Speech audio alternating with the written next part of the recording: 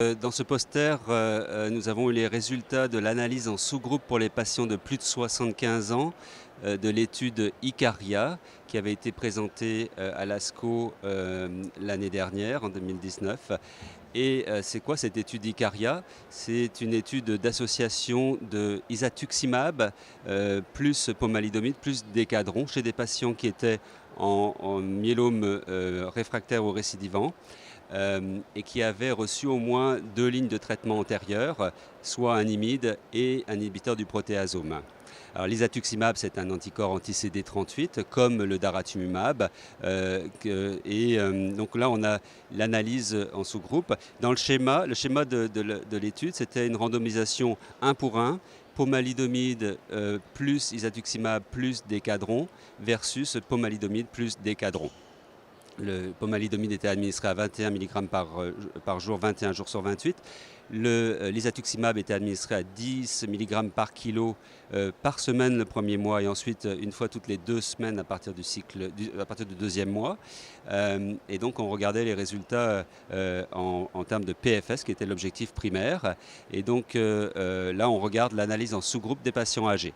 Alors tout d'abord la moyenne d'âge dans cette étude c'est de 68 ans.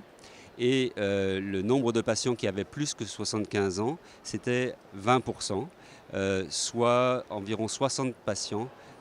Et dans ces 60 patients, la moitié était randomisée entre un bras Pomdex et l'autre moitié pomalidomide isatuximab plus dexaméthasone. Et donc là, on peut rappeler les résultats de la PFS, médiane de PFS de la population globale. La médiane de PFS population globale, c'était 11 mois versus 6 mois, avec un hazard ratio à 0,5 et à 0,6 pardon. Et si on regarde dans le sous-groupe qui nous intéresse aujourd'hui, qui est la population de plus de 75 ans, on a une médiane de PFS qui est également de 11 mois versus 4 mois et un hazard ratio qui est à 0,5. Donc les résultats similaires pour l'objectif primaire dans ce sous-groupe de patients âgés. Maintenant, si on regarde le taux de réponse globale, dans la population globale de l'étude, on avait environ 60% de réponse globale. Et dans la population des plus de 75 ans, on a un taux de réponse globale qui est de 53%, assez similaire. Tout ça versus 30% à peu près pour le bras contrôle. Donc pas de différence non plus en termes de réponse globale. Maintenant, si on s'intéresse au nombre de patients qui ont atteint une VGPR ou plus, donc une très bonne réponse partielle ou plus, dans les deux bras, population générale ou population de plus de 75 ans, on a également 31% dans les deux bras, exactement similaire qu'on soit âgé ou moins âgé. L'autre question qu'on peut se poser, c'est le terme de toxicité. Est-ce que ce schéma est plus toxique chez les patients de plus de 75 ans versus moins de 75 ans?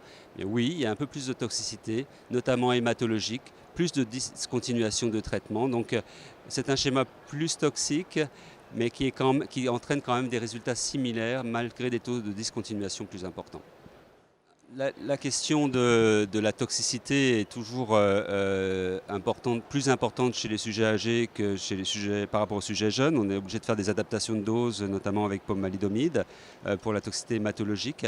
C'est pas une nouveauté, c'est quelque chose qu'on connaît déjà, qu'on a l'habitude de gérer, et je ne pense pas que ça va être un gros challenge pour le futur. Je pense que l'étude ICARIA, pomalidomide isatuximab dexaméthasone, est la seule étude de phase 3 aujourd'hui publiée, hormis l'étude Optimisme, qui était le PVD versus pomalidomide dexa, mais c'est autre chose. Mais c'est la seule étude de phase 3 qui nous donne de façon certaine des résultats chez ces patients qui sont doublement réfractaires aux IMID et aux inhibiteurs de protéasome. Donc je pense que ce serait intéressant d'avoir accès à cette association. Néanmoins, aujourd'hui, de plus en plus de patients sont traités en deuxième ligne et peut-être dans un futur proche, si on nous autorise, en première ligne avec le daratumumab, qui est le concurrent d'isatuximab. Donc cette étude perdra son intérêt chez les patients qui ont déjà été traités par un anticorps anti-CD38 dans le passé, et pourra être intéressant uniquement chez les patients qui n'ont pas eu la chance d'avoir encore eu accès à l'inhibiteur de CD38.